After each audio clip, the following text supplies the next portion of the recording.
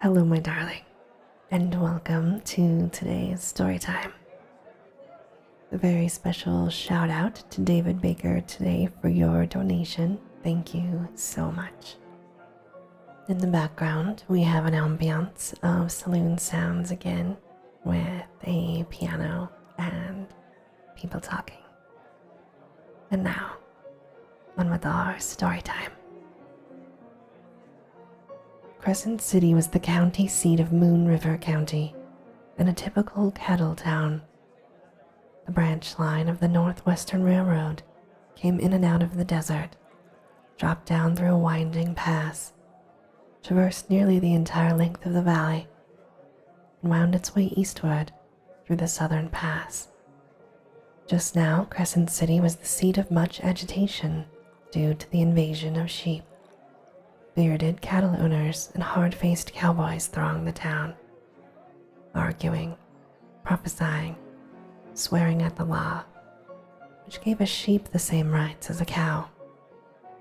The saloons were doing a big business, as were the gambling halls, and fights were plentiful and easy to start. Judge Grayson, following his decision in the matter, had remained religiously at home. He was a married man, small of physique, and abhorred violence. Several reckless cowboys had openly sworn to scalp the judge and tie the scalp on a bald-headed sheep. Ben Friel, the sheriff, was another object of wrath with the cattlemen. None of them considered the duty of a sheriff in this case. Friel was a gunman, cold as ice, and heartless in matters concerning his sworn duty, and he remained unmoved under the vitriolic criticism hurled at his back. With the cattlemen, it was a case of ousting the sheep or quitting the cattle business. It was true that only a small part of the range was being sheeped out, but if the sheep once gained a foothill in the valley of Moon River, it would only be a question of a short time until more sheep would come pouring in through Table Rock Pass. Cleve Hart owned the Lazy H outfit, which was the largest in the Moon River Range, with the home ranch within 2 miles of Crescent City. It was a combined horse and cowboy outfit and employed many cowboys. And in all that range land, there was no man more bitter toward sheep than Cleve Hart. He was a big man, hard of face, hard riding, hard drinking, and a hard fighter, and he hated Ben Friel. As far as that was concerned, there was no love lost between them, for Friel hated Cleve Hart with all his soul. Hart also hated Judge Grayson, not because he was a judge, but because he was friends with Ben Friel. It was Hart's cowboys who killed off the 2 sheep herders, losing one of their number at the same time. And it was Hart who declared openly to wipe out all the sheep and sheep herders, but was stopped by Ben Friel and later restrained by the law. It was fairly early in the morning when Skeeter Bill drove down the main street of Crescent City, but the hitch racks were already well filled with saddle horses, and a large number of cowboys were in evidence. Skeeter's equipage was fairly noticeable. The horse was an ancient gray, uncurried, patchy of hair, and moth-eaten of mane and tail. The wagon was even more ancient than the horse, with wheels that did not track and threatened at any time to wrench loose from the hubs.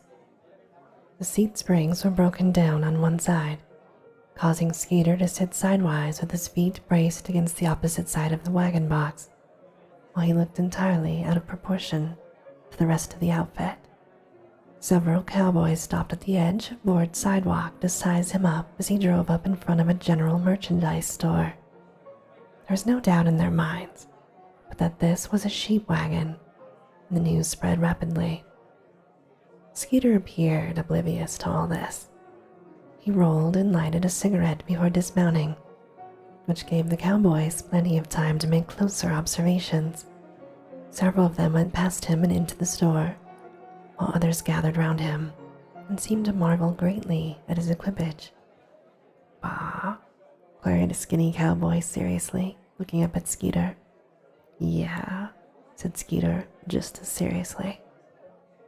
The skinny one colored slightly under his tan, but his lips quivered in another question. Ma. Nah, bleated Skeeter in response. One of the cowboys laughed nervously, but the bleeding one's eyes did not waver from Skeeter's face. You think you're smart, don't you? He asked. Smart enough to speak your language, said Skeeter. The cowboy's hand jerked nervously along his thigh, but Skeeter didn't move. His eyes narrowed slightly, and he nodded slowly. Up to it, partner. I don't know who you are, but I ain't looking for no cinch. The cowboy relaxed slightly and seemed undecided. He had not expected this from a sheepherder, and he wanted to back out gracefully.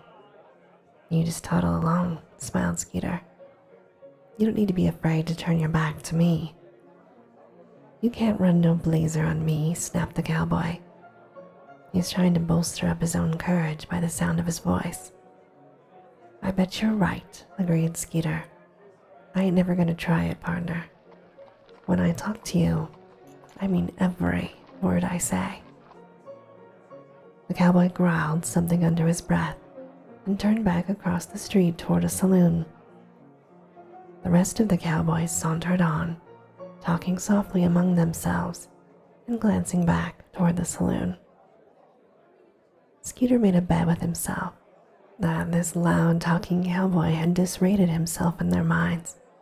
He climbed down, tied his horse, and went into the store. Some of the cowboys were sitting on a counter when Skeeter came in, but paid no attention to him. The storekeeper, who was behind a counter arranging some goods, also paid no attention to Skeeter. He leaned negligently against a counter and whistled unmusically between his teeth. The cowboys had ceased their conversation, and the place was quiet except for Skeeter's tuneless whistle. Finally, the storekeeper turned and looked at Skeeter, who slid a penciled list of the necessary groceries across the counter to him. The storekeeper glanced down at the sizable list for a moment, and then at Skeeter. Sheep outfit? He asked. Skeeter nodded, and the man shoved the list back to Skeeter. I'm out of everything, he stated, and turned back to his work. Skeeter Bill turned slowly and looked around. One of the largest articles on the list was flour, and on a central counter there were at least 10 sacks.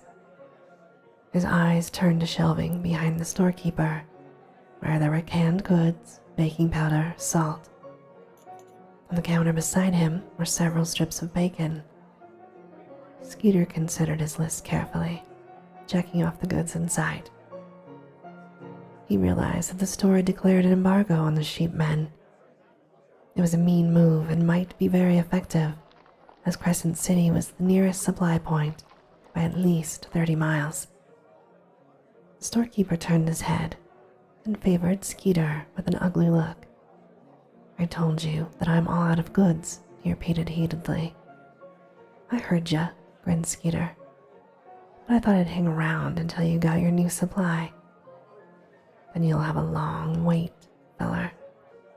Oh, grunted Skeeter. I've got a mind not to trade with you at all. You look something like a storekeeper I knew in Oklahoma, but I know you ain't the same one, 'cause he got hung for giving short weight to women. I'll leave the list with ya, and I'm gonna weigh everything before I pay you for it. Skeeter turned on his heel and walked out the door, while the irate shopkeeper sprawled across the counter and tried to swear. The cowboys, who had suggested the embargo, went out slowly, solemnly, choking back their unholy glee at the discomfiture of the storekeeper. Skeeter soon found the emissaries of the cattlemen had preceded him in every store, and in each place he was given to understand that they were all out of staple and fancy groceries. It was the first time that the cattle interests had thought of such a move, and they were jubilant over its success. No one made any move to interfere with Skeeter Bill. He did not look like a sheep herder. His faded clothes, high-crowned hat, and high-heeled boots proclaimed the cowpuncher. The hang of his well-filled cartridge belt and the angle of his heavy, black-handled Colt were readable signs to the cattleman. Skeeter loafed along the street, cogitating deeply over just what to do. A man rode into town and headed for the sheriff's office, in front of which Skeeter was standing. The man was Ben Friel, the sheriff. One side of his head was a welter of gore. Several cowboys crowded around him as he dismounted heavily. He leaned wearily against the short hitch rack. "What's the matter, Ben?" asked a cowboy. "Did you get bushwhacked?" Friel nodded. "Shepherd?" inquired another cowboy anxiously. How would I know?" snapped Friel. "Somebody bushed me, that's a cinch. And I want to say right now that this bush warfare has got to quit." Friel went into his office, slamming the door behind him. Skeeter decided that Friel was decidedly more mad than injured. The cowboys showed little sympathy for Friel, but gave them a talking point. Skeeter walked away from the group and went back toward the first store he had entered. The storekeeper was alone this time. He seemed greatly peeved at the sight of Skeeter Bill. "Your stock of goods arrived yet?" inquired Skeeter. "No, bye," yelped the grocer. "You get out of here and you stay out." He snatched Skeeter's list off the counter and shoved it under Skeeter's nose. "You take your list and vamoose." Skeeter took the list and looked it over carefully, after which he picked up a sack of flour in his left hand and again looked at his list. "Let go that flour," howled the shopkeeper. "Let it go." He grabbed the flour in one hand and took a long swing at Skeeter's chin with the other. The fist described an arch, met no resistance, and swung its owner half around, causing him to let loose of the sack. Skeeter swung up the sack in both hands and brought it down upon the unprotected head of the staggering storekeeper, knocking him to the floor in a smother of flour from the burst sack. On the floor near him was a great coil of new half-inch manila rope. As the storekeeper struggled to his feet, Skeeter back-heeled him neatly and broke all records for hog-tying a human being. The storekeeper let out a yelp for assistance, but Skeeter shook the rest of the flour out of the sack and used the sack to gag his victim. Then, Skeeter proceeded to stack up his list of necessities, working swiftly. Estimating at top figure, he placed the money on the counter and began carrying his purchases out to the wagon. Luckily, no one was paying any attention to him, as most of the inquisitive ones were down at the sheriff's office, trying to find out just what had happened. The ancient gray looked upon Skeeter with disapproving eyes as it noted the amount of weight which had to be drawn back to the sheep camp.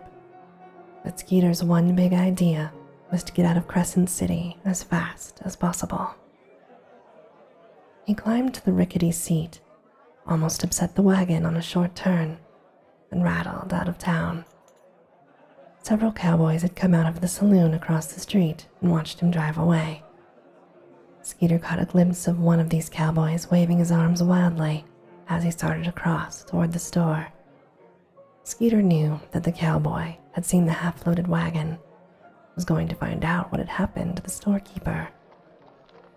It was nearly 3 miles to the sheep camp, 3 miles of crooked, rutty road, and it was like riding a bucking bronco to stay on that wagon seat.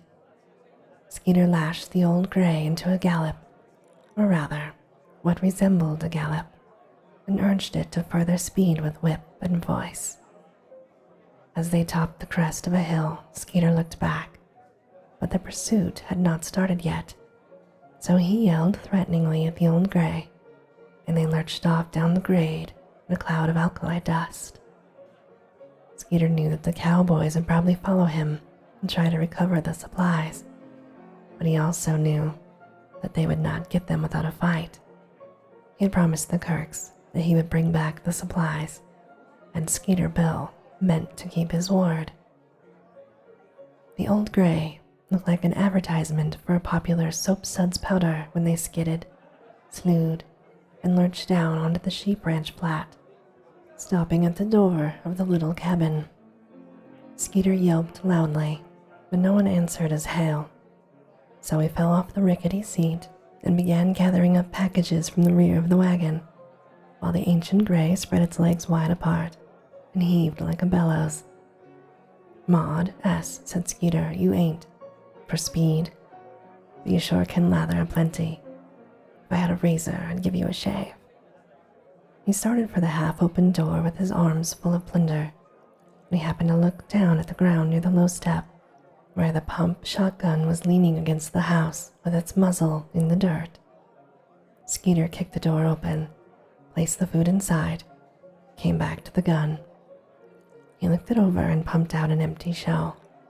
The gun had been fired recently, and a grin overspread Skeeter's face as he visualized Mrs. Kirk shooting at a target to try the gun.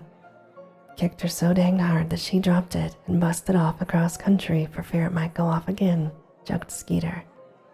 But as his eyes searched for a possible target, he stared at the fringe of the old dry wash about 50 feet away.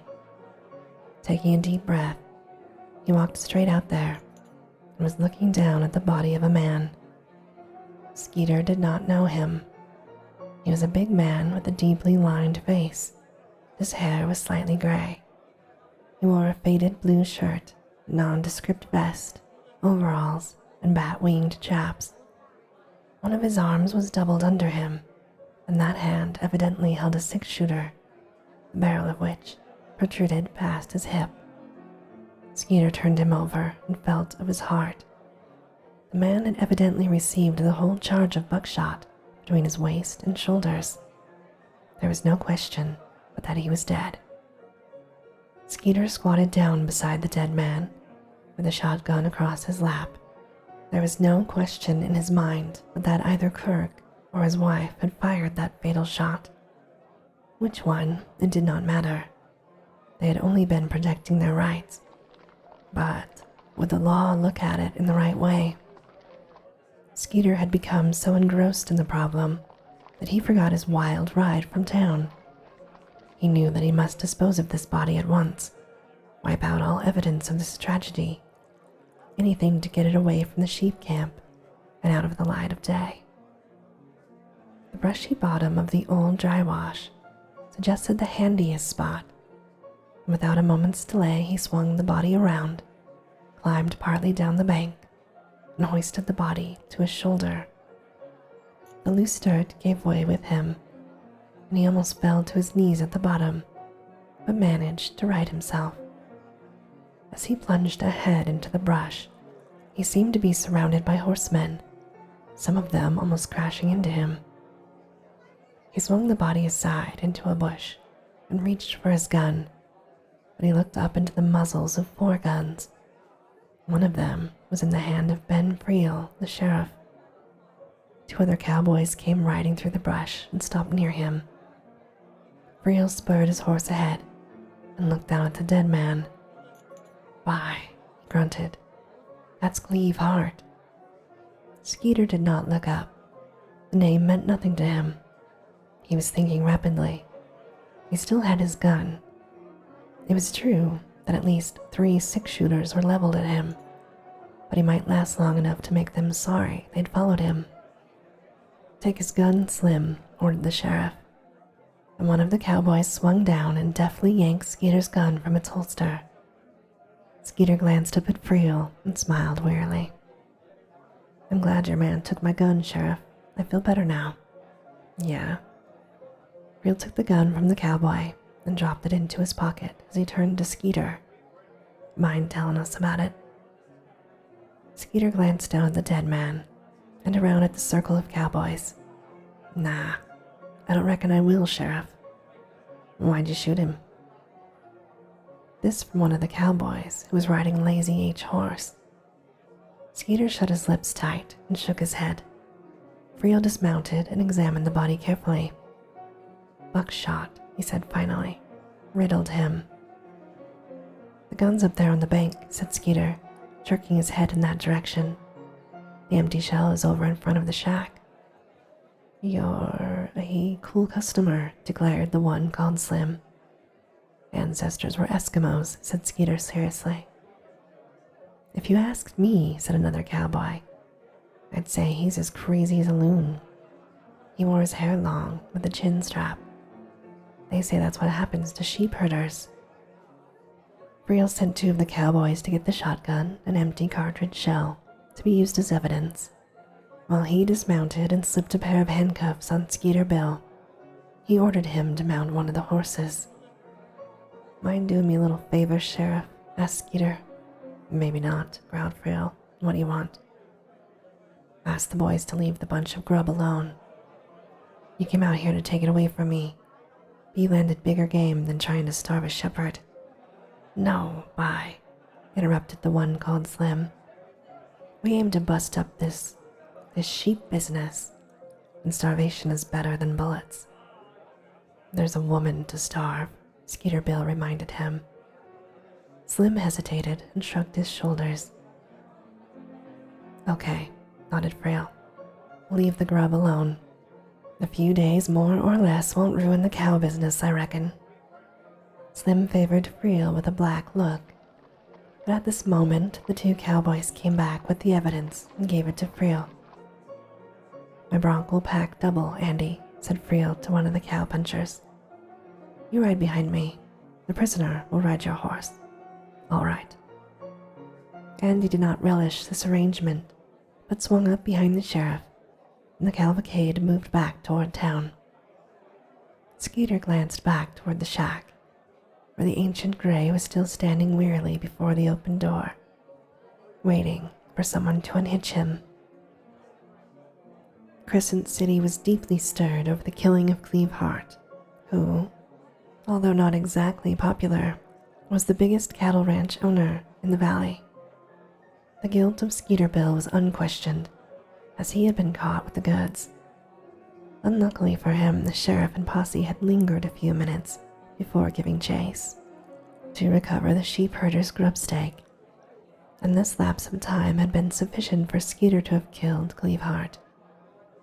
There was much talk of lynching, headed by the boys from the Lazy H, but wiser counsel had pointed out the fact that the law would make no mistake in this case, and that Skeeter Bill would pay the supreme penalty. Skeeter Bill himself seemed indifferent. He refused to talk to the lawyer who had been appointed by the court to defend him, and the lawyer did not argue to the point of any great extent. He was the son of a cattleman, and to save the life of a sheep herder would not react to his credit. Therefore, he became counsel with the defense rather than for it. It was a week from the time of Skeeter Bill's arrest until the day of his trial, and he had plenty of time to think over his predicament. Of Kirk and his wife he had seen nothing, which was not strange, because Crescent City was no place for sheep herders to visit. Only a voluntary confession from him would exonerate him, for it would do Skeeter no good to try to pass the guilt to them anyway, even if he had been so inclined. Crescent City was crowded on the opening day of the trial, and the tiny courtroom was filled to suffocation. Never was a trial jury selected with less argument. The counsel with the defense used no challenges, and the prosecuting attorney passed each juror with few questions. Skeeter Bill smiled softly as he studied the faces of the 12 men. They were all cattlemen. I've got about as much chance as a snowball in, he told his lawyer in an undertone. It's your own fault, said the lawyer sourly. You wouldn't talk to me about the case. Well, everybody else did, I reckon, and they likely told the truth, as far as they could see. The evidence was overwhelming. Every cowboy who had been with the sheriff on the day of the arrest took the stand and swore to the same story. There was no cause for any delay in presenting the case to the jury, and the prosecutor, supreme in his knowledge that the prisoner was already convicted, opened his vials of righteous wrath and hinted that Skeeter Bill was guilty of every known crime against humanity. At the height of his vituperative oratory, he suddenly crashed to earth when Skeeter Bill, handcuffed, threw the sheriff aside, grasped the prosecutor with both hands, kicked his feet from under him, and hurled him over the railing into the front row of sightseeing humanity. In an instant, the courtroom was in an uproar, but Skeeter Bill backed against the judge's desk and made no further move. The prosecutor crawled back to his seat, torn of raiment and dazed of mind. "All I ask for is a square deal," stated Skeeter to the court. "That lawyer he's a liar, that's all." "You'll get a square deal," declared the judge nervously, rapping on his desk. "Sit down, Skeeter." "Where and when do I get this here square deal?" queried Skeeter Bill. "With all the witnesses against me and a jury of cowpunchers, where do I get off? You've got me singed for murder, Judge. Why let that ganglin' horse-faced lawyer add to my crimes?" The prosecutor got quickly to his feet and wailed an objection, but the judge ordered him to sit down. "I do not think there's any use of reviling the prisoner," declared the judge. "The evidence is plain enough, I think." Skeeter Bill got to his feet and faced the court. "Just a moment, Judge. I reckon you got me cinched for this killing, but I'd like to ask a question before the jury decides to hang me, if I can." "I think you have that right, Skeeter," admitted the judge. Skeeter turned to Friel. "Mind swearing to tell the truth, Sheriff?"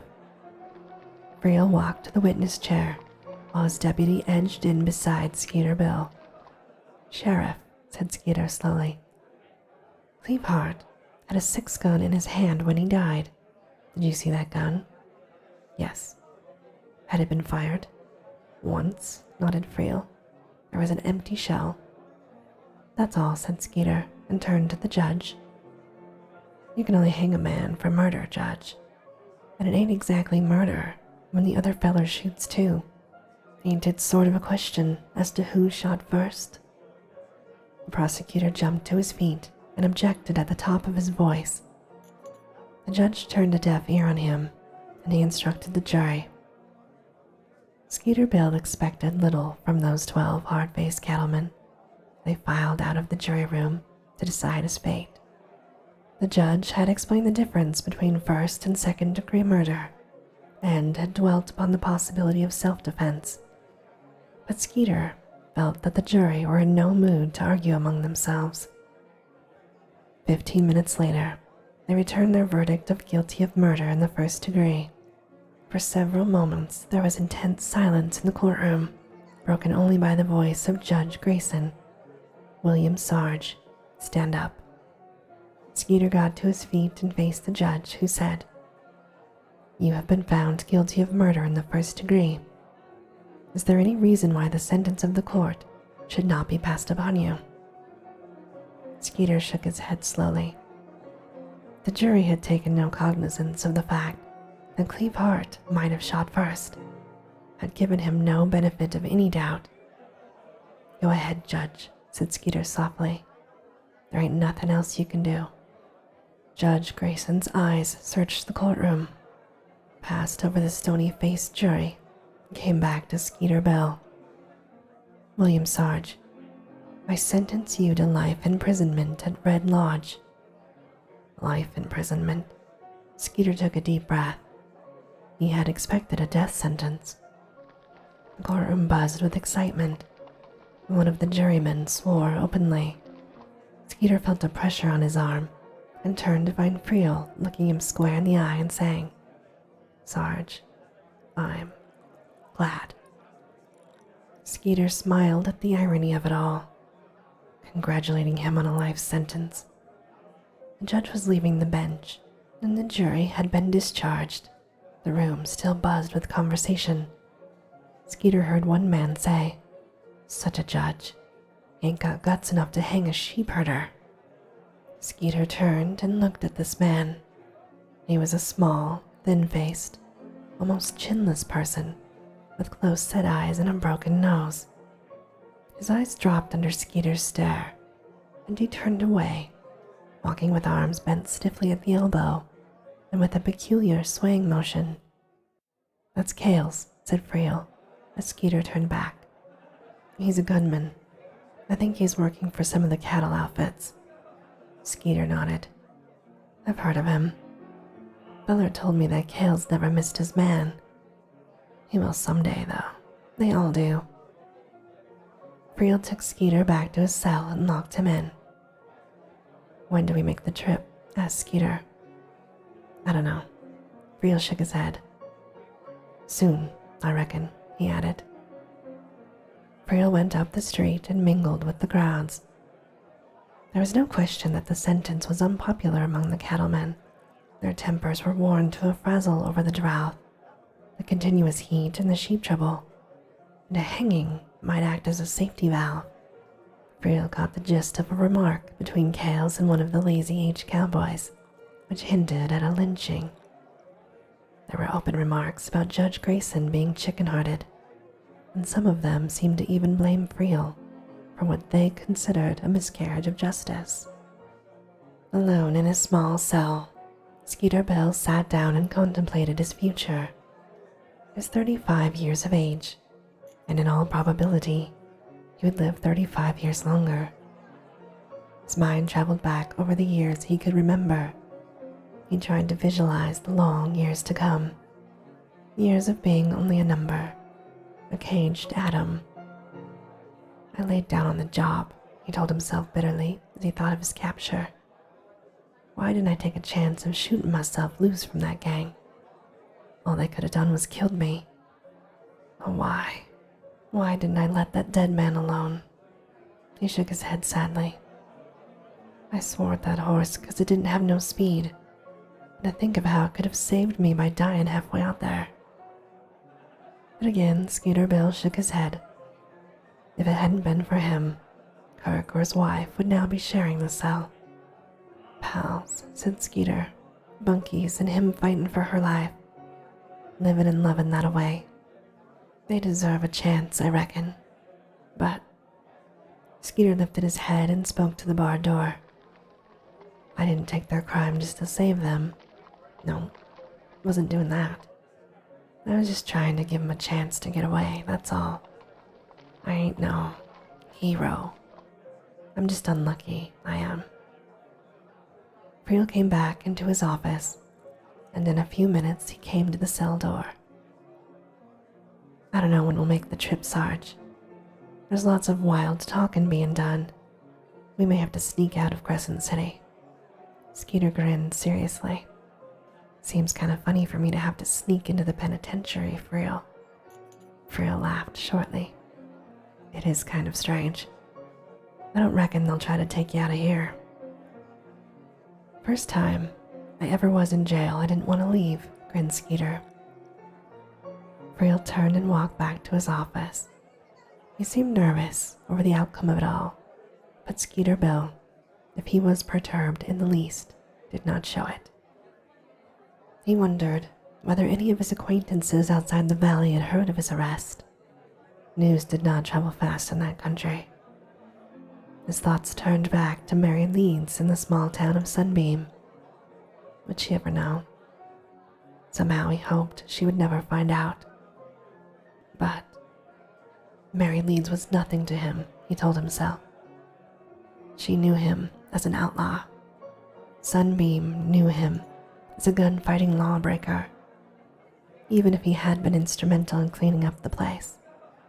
No, she would not be at all interested in his future. Skeeter shook his head sadly over it all.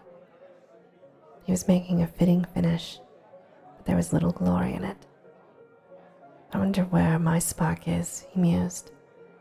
"I've got to find chance to build it into a flame where I'm going. Yet, I wonder why Mary Leeds called Skeeter Bill when I rode away. Anyway, I won't need to worry about getting a haircut no more, and a number ain't no worse than a name." And this, my darling, ends our story time for today. As always, I hope that you have very sweet and creepy dreams. Good night.